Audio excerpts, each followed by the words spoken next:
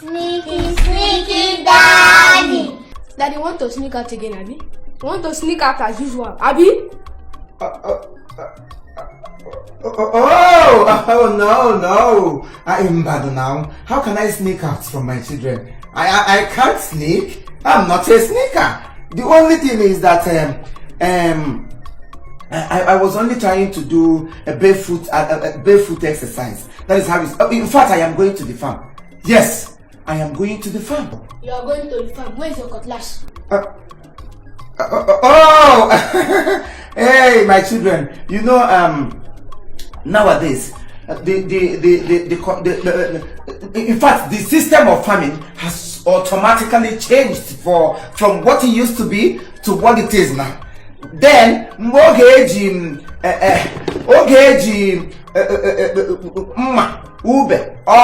obi, nambazu, agon ugbo has gone. This time around, everything has been digitalized. In fact, we do work these days with computer.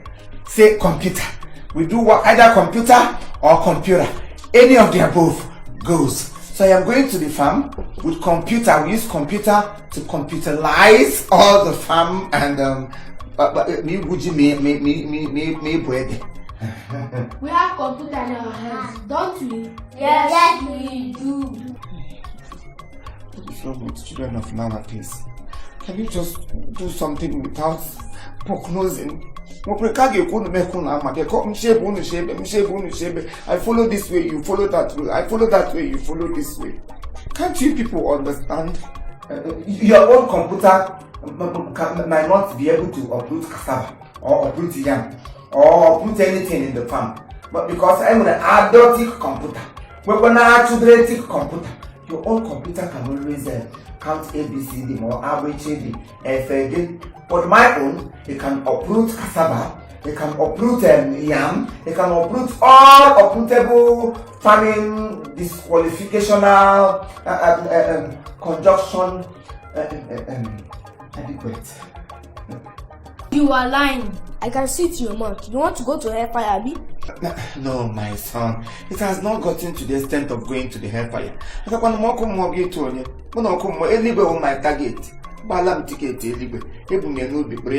Your mother is even aware. If there's anybody that can even enter somehow hellfire. Oh no. No. Daddy, you know what? You must go to that birthday. You see that birthday of Geoffrey? I don't know. Yes!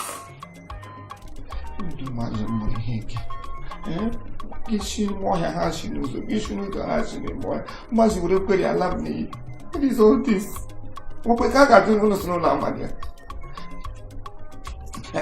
You know what? I'm no longer going for a birthday. What I'm going to is it's a deliverance. There's a church that invited me for Father's deliverance, for a special and a private deliverance. That is where I'm going to. From birthday to farm, from farm to church. Daddy, you can lie for Africa. Wherever it is, we must follow you. Yes, we must follow you! You know what? It's no longer the birthday is it's only fathers they invite. It's strictly on invitation. No children, only fathers. Yes. Once they invite father, they have invited children. Yes!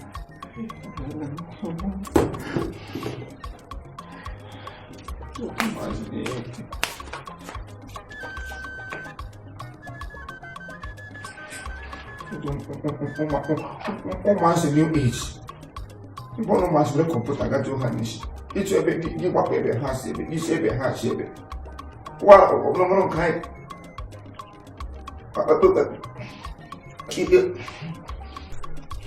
Geoffrey, mom, ekene achọrọ uzi kana nne gị na tanwa anyị na-etikọta ọnụ na-asị gị happy birthday. Ị ga-eto n'iru nne gị, too n'iru nna gị, ogologo ndụ na ahụ isi ike, long life and prosperity. Geoffrey, our brother, the same thing. Chukwu abịa ma gị kpuchite gị. Nne gị ga-azụ gị ga-ezọ nne gị. Ụmụ gị niile, ụmụnne gị niile, ị ga-awụ ogologo ndụ wuru ihe nyere ala ekwe Onye ọbụla si na ị gaghị adị, onye ọwa agaghị adị, onye si gị dị, onye ahụ ga-adị. Sọ m ka ụgbọ ala. Geoffrey, our brother, the same to you. Oh. Happy birthday to you. Happy birthday to you, Geoffrey. Happy birthday, happy birthday. Happy birthday to you. Many more years to you. Many more years to you. Many more years, many more years. Many more years to you. Hip hip hip. Hooray! Hip hip hip. Hooray! Hip hip hip. Hooray! Hooray. Hip hip hip. Hooray. Hip hip hip. Pip pip pip. Hooray! Hip hip hip pip pip pip pip. Hooray! Pip pip Hooray! pip Hooray! pip. Pip.